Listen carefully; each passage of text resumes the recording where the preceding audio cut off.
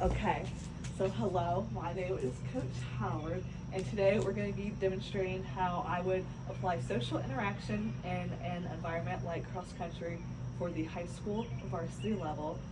Like as a coach, my main goal is for athletes to feel confident, valued, and empowered, and like they can come to me and trust me if there's any problems rather than making every single little decision for them. So we're going to kind of go over that today in ways that they can actively participate during the learning process to make sure they know that their voice matters. Does that sound good? Yes. Okay, so during the role play, I'm going to demonstrate how I would use open communication, open-ended questions, active listening, some collaborative decision making, blah, blah, blah. And during that, I'll be writing your answers down. That way I can remember these things for next time and we can build a better rapport. Okay? Okay, so first off, we're going to go over some collaborative goal setting. So my first question for you is, before we start today's workout, I'd like to hear how you've been feeling during training this week. How have you been feeling? Okay. I think I've struggled with pacing a little bit. Okay, yeah. I've noticed that a little bit too. Where do you think your problem within that lies? Do you have problems during the workouts with pacing, on longer runs, tempo runs, or is it more like actual race day, like maybe you get a little bit too excited and you get out the gate too fast and then you can't keep it consistent? Which of those do you feel like kind of applies to you? I guess more of the longer runs. Okay. It's a little harder to keep the pace the whole time. Yeah, when you're on like the 7-8 mile runs. Yeah. So what kind of happens when you're on the longer runs? Do you start out way too fast, or do you kind of just start off too slow in the beginning and you can't really set a good pace after and you kind of just die the whole time? I think maybe start too fast, Yeah. do too much. So what do you think your mile times for that look like on the longer run? Because they obviously shouldn't be too quick, as our longer runs are a day of recovery, usually on Sundays after a race day, right? Yeah. So what's your mile times usually? I don't know, around 6:30. So yeah, that's probably way too fast for you. Like I said, it's supposed to be a little bit more relaxed, so maybe we could make more of a goal to kind of maybe go to 7:30. Does that sound good? Yeah. Okay, so next time when you go on a longer run, what are you gonna do? Try and not go as fast Yeah. starting out. So I noticed you kind of getting ahead of the pack on the longer runs, and then everyone kind of catches up to you and you just kind of fall behind, which is okay. You're Yeah. a freshman on a varsity team, so we'll get there. Okay, so now I kind of want to put the decision in your hands. So we have a few different options for today's workout. Option one is a tempo workout. So for you, that'd probably be about 6 miles is what you're looking at. You'd have about 1.5 miles warm up, 3 miles tempo, meaning you'll go as hard as you can, 1.5 miles cool down, and then some hill sprints.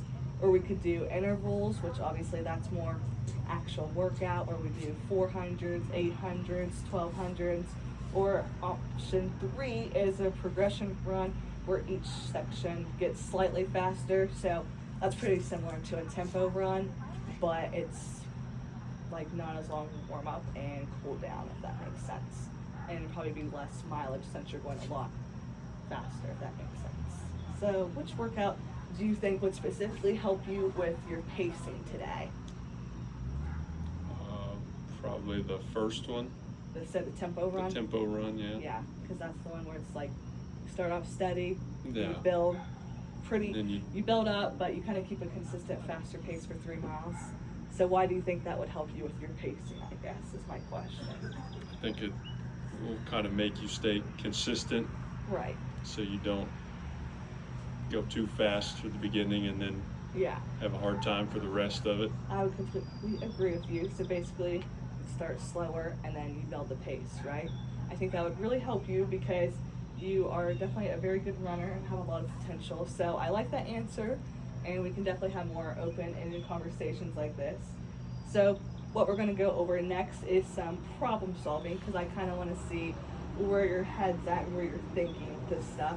So let's pretend, let's use some imagery right now and say that you're in the middle of a race and another runner suddenly speeds up. Sorry, I have some questions typed out for you. What options would you have? Like if the runner ahead of you speeding up, say I told you to stay with them, what would you do? Try and keep up with them.